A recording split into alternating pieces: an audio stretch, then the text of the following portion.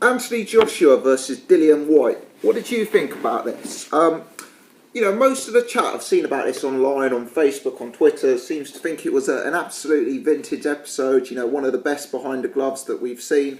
Do you know what? I actually, for me, didn't find it as exciting as I thought I would. I mean, it may be that I'm just too much of an internet boxing geek and I watch every IFL TV interview, I watch every press conference, etc. So maybe because of that, nothing in this surprised me and nothing was new. And maybe if you were more of a casual fan just tuning into Sky Sports on a weekday night, you'd have found it, big excitement. But in terms of what I learnt from this, it's limited. Did it develop and build my excitement for the fight? Possibly in the sense that it's keeping me in mind. But I didn't get anything new from this programme. A lot of the talk between these two is somewhat predictable. And Dillian Whyte, I do like Dillian Whyte, and I do like the fact that he does seem to be like a genuine tough nut, hard guy, and a bit of a head case when it comes to Anthony Joshua. But I mean, this thing about asking Anthony Joshua outside every 10 seconds, it's like, it's getting old now. I mean, clearly we've had it several times that Dillian Whyte's asked Anthony Joshua to go outside and Joshua said no.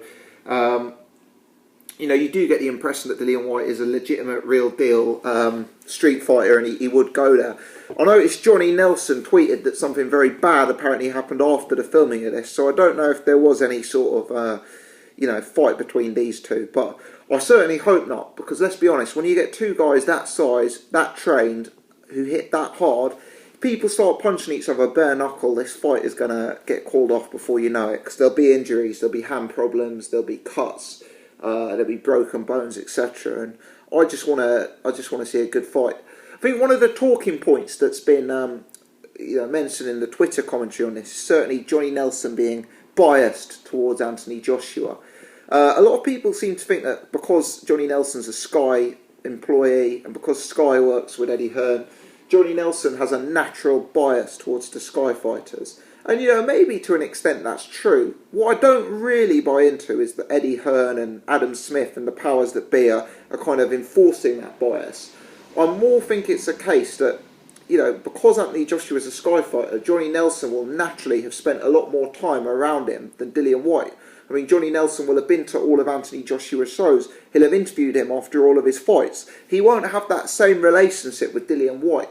It's not necessarily anything more complicated than that, in my opinion. So maybe there is a bit of a natural bias. People didn't like it that he was trying to put Dillian Whyte in tough situations and ask Dillian Whyte to, explain himself. But by the same token, Nelson, I thought, did raise a fair point. If Dillian Whyte's going around saying Anthony Joshua's fake, Anthony Joshua's A, B and C, I do think he should explain himself rather than just making it as a statement. So, yeah, I'm kind of sat on the fence there.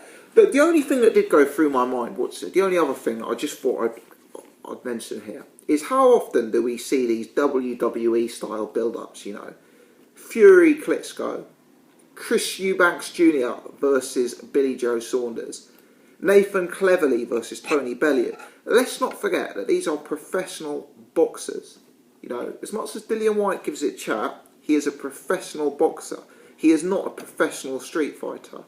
Dillian Whyte is a far better boxer than he is a street fighter. He's boxing for the British title here, let's not forget it. He's also training with Jonathan Banks. Now, I know there's various viewpoints as to Jonathan Banks' legitimacy as a trainer and how capable he is tactically. But let me tell you this. Jonathan Banks will be working on technique. Jonathan Banks will be working on tactics.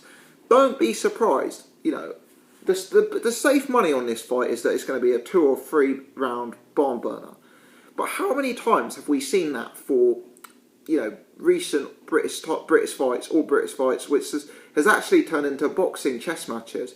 I mean, who'd have believed, some of the build-up with Fury Klitschko with, the Batman suit and rolling around on the ground. Who'd have believed that would have gone 12 rounds and the far superior technician would have won?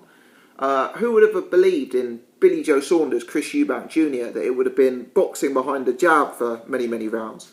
Who would have believed in Cleverly Bellew that it would have been a fight like that rather than gritty, in-your-face action?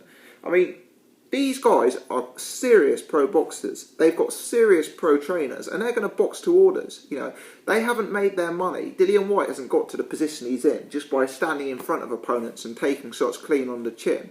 You know, he's gonna come out to box. You know, Anthony Joshua is an Olympic gold medalist, amateur boxer. You know, who views himself as a serious technician here. So that was the only thing that kind of came into my mind as I was watching this. You know, you watch all the build-up, you're going to be convinced that there's going to be an early knockout. I may even have a look at the over-under in terms of rounds here from a gambling perspective, because Dillian Whyte's got a very good chin from what I hear. And I just wouldn't be surprised at all if the first round or two here is quite tentative, and we start to see both fighters try and use the jab, and we try and see a bit of movement.